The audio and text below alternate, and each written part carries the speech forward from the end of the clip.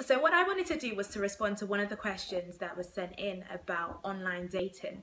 And I think there is a fine line as a Christian about what we can get involved in when it comes to relationships, and even when it comes to relationships that are in pursuit of marriage.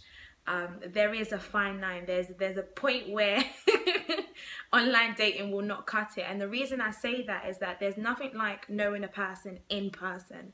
And for me, as a psychologist, as a psychology teacher, when we've studied social media is such it's a great tool, but at the same time, people can use it to create whole new personalities, whole new persons, you know, and in fact, they can change their image, they can change their character and how other people perceive them.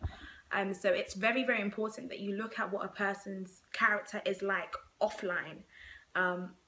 Is what they're saying offline congruent with what they share online, if that makes sense? And this even goes for, let me not throw too much shade or even make it sound some type of way, but sometimes there's people who over Christianize themselves online, if that's even a word, but then in person you don't see those fruits per se. And one question that we should always ask ourselves is like, can we actually judge a person's fruits online? Question.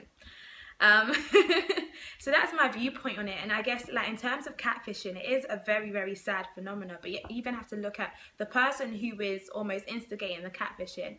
What sort of mental state are they in?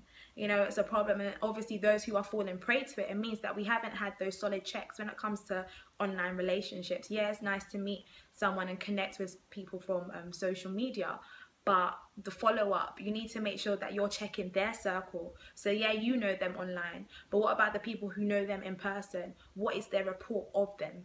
You know, and scripture says that a good name is better than riches. So they might be, whoa, blowing online, how many followers online, preaching online, but then in person, the report that's coming, their name isn't so good in person. So I'd say we need to check that ASAP. Okay.